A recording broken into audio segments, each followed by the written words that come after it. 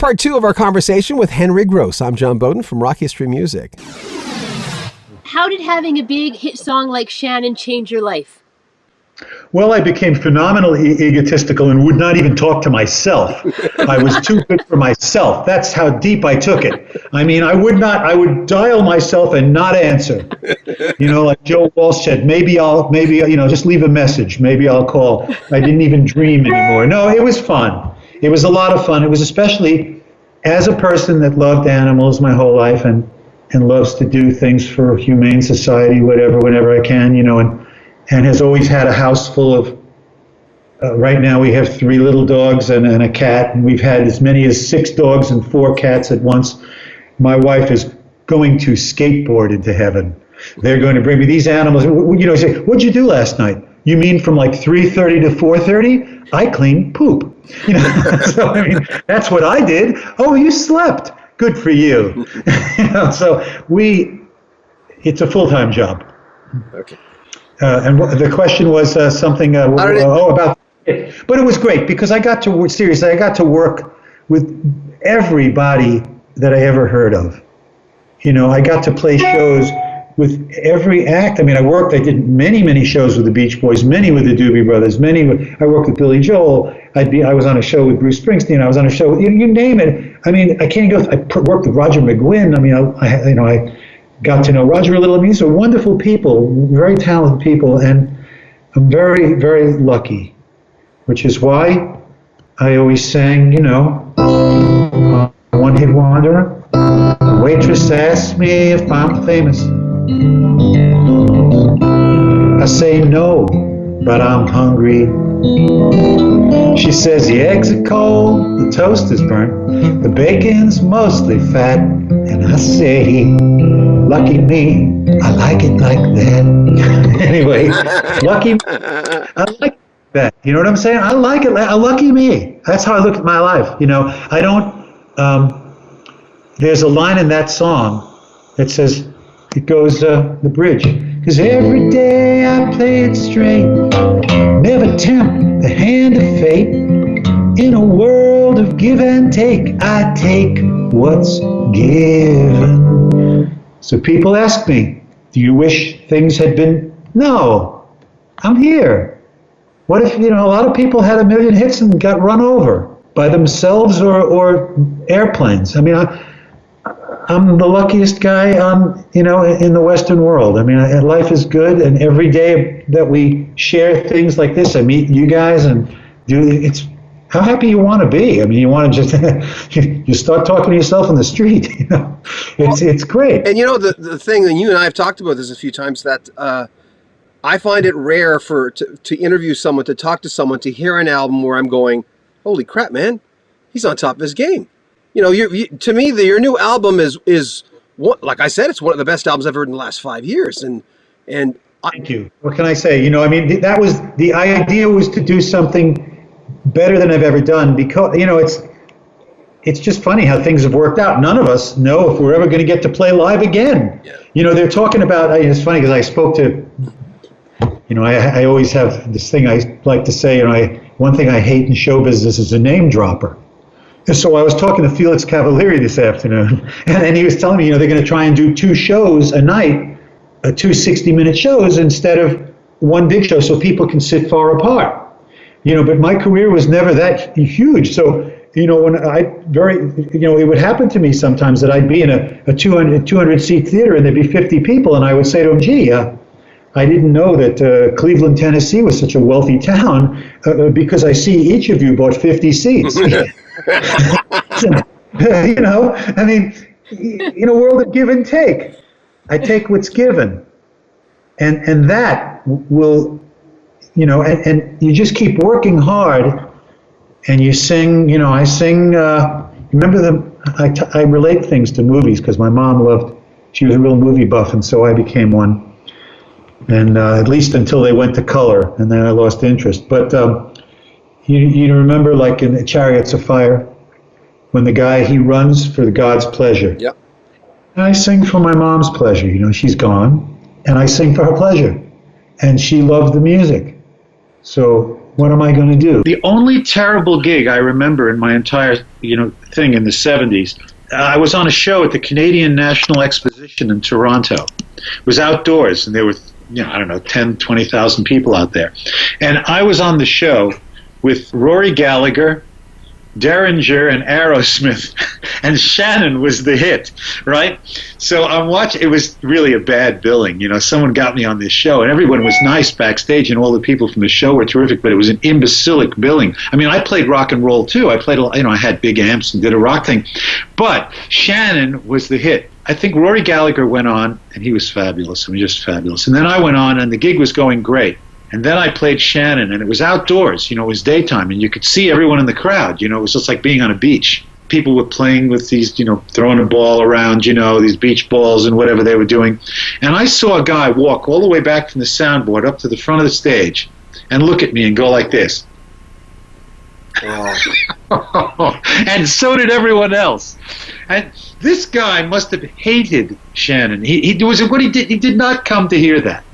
He came to get his brains blown out by great guitar players, and which I wasn't as good as Derringer. Or Rory. Rick Derringer's ridiculous. I don't know where he got this from. He played that solo on Hang On Sloopy when he was 16.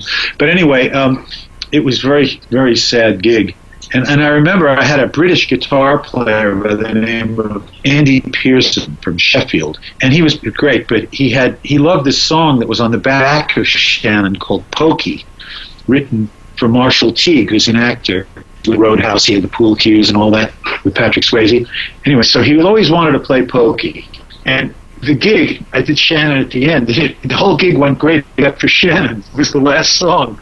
So we're driving back in this golf cart to the dressing room, and he's gotten completely drunk.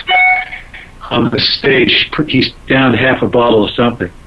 And I could hear from the back of the car they were taking us on, you could hear this like drooling, and he went, should have done Pokey. Like that would have saved it.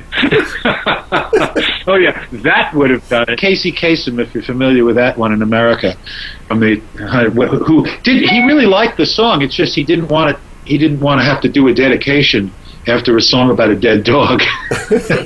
My life is really just bizarre. Well, one thing I remember is broadcasters were it's like the old Eddie Money just told me a little while ago. He says, the police thing, everyone was saying, this guy used to be a police. I said, did I help you? He says, well, I don't know, but he says, it was like a dog with a bone. Everybody who played Baby Hold On.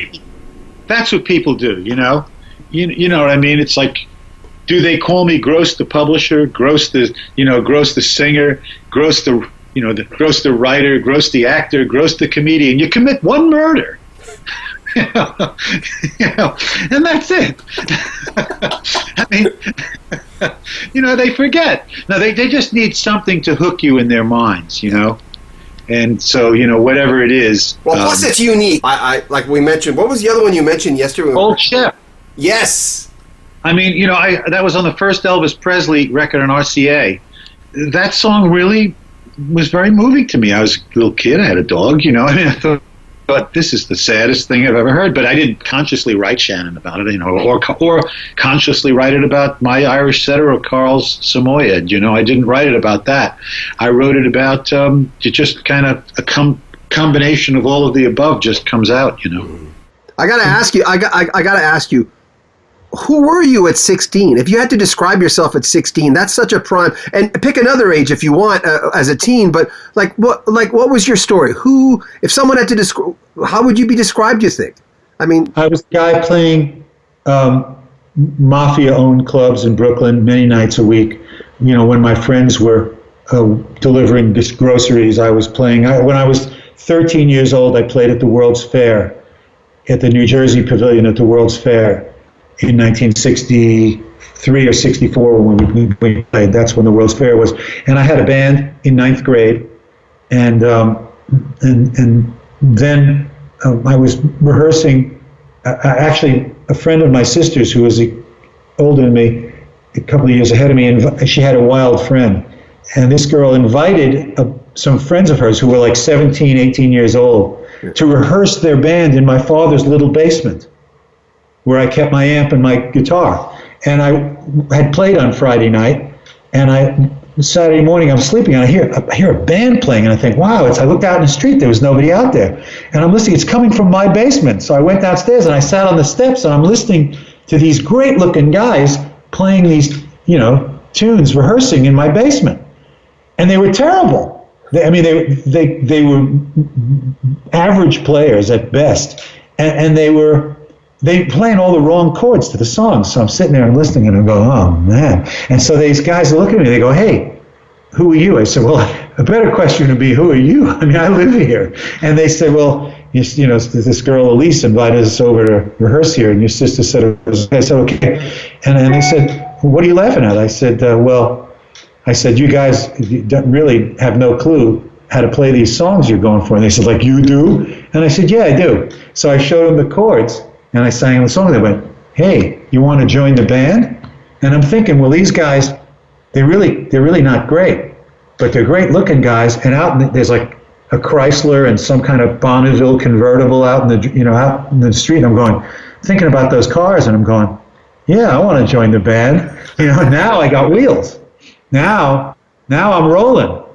I'm just turned 14 and I'm rolling. Yeah. Now I'm playing the Catskill Mountains at resort hotels. Now I'm playing, fraternity mixers, and I'm 14. So I'm playing all these, I'm rocking, man. I'm doing it. And I'm doing what guys my age weren't doing for for years later. Because I was in this band. And it became a good little band, and people wanted us. Mm-hmm. So that's what I was doing, and I was actually in a band with a couple of friends from Midwood High School. One guy called Joe Whitkin, and his roommate Elliot Kahn. They were at Columbia, and I was at Brooklyn College, and we were in a band called Orogeny with another guy called Peter Engel from Columbia. Orogeny, leave it to these guys from Columbia, is the forming of a crust on the earth after an earthquake. Who knew? They did. Anyway, we were in this band, and we're playing in the Village, in the Gaslight and Gertie's Folk City, and all these famous Greenwich Village clubs, because we sang good. We had great harmony. When these guys were in this Columbia Glee Club, and they did an oldie, Little Darlin', and all of a sudden the brother of one saw it, and the next thing we put together Shannon on this great idea that George Leonard had, who was the brother of one of the guys who was an upperclassman at Columbia. Anyway, so this all is what I was doing from 16 to 18. Make sure you comment on our videos, subscribe to our channel, and share our videos. And buy a t-shirt, help support our channel, link in the description of this video. I'm John Beaudin from Rock History Music.